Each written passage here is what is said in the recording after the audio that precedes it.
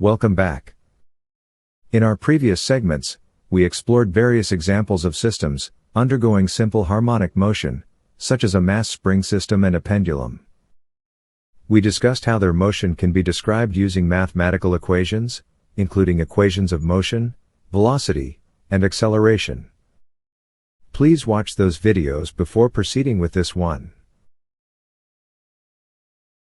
Let's delve into an intriguing example, involving a liquid exhibiting simple harmonic motion, about a fixed point denoted here as OO'. The total length of the liquid column is 2L, and the cross-section of the U-tube is A.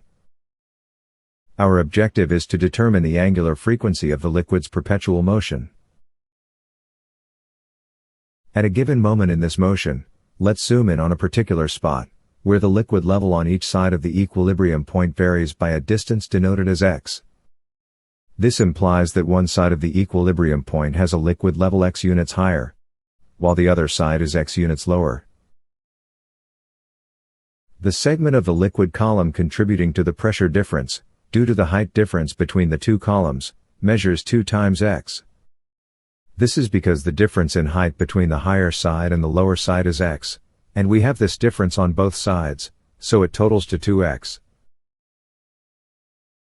Therefore, the pressure applied on the liquid column due to the height difference of the two columns can be calculated based on density of the liquid, the acceleration due to gravity, and the height difference itself.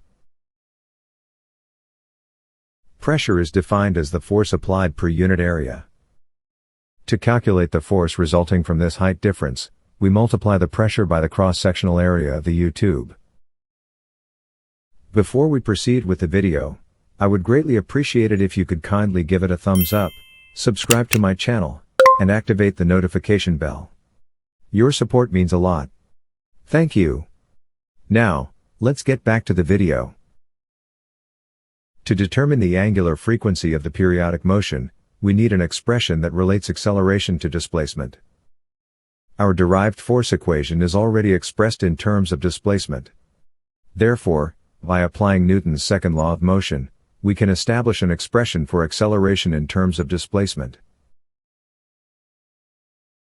In this example, the entire length of the liquid oscillates, so the mass subjected to periodic motion is the total amount of liquid, given by this expression. With all the necessary information at hand, we can now apply Newton's second law of motion. The negative sign in the expression arises because the force toward equilibrium opposes displacement. Rearranging the expression yields the hallmark expression of simple harmonic motion, which immediately provides the angular frequency of the liquid's periodic motion in the U-tube. I hope this example was clear. Thank you for watching this video in its entirety. I trust you found it both informative and valuable. If you haven't subscribed yet, please consider doing so to stay updated.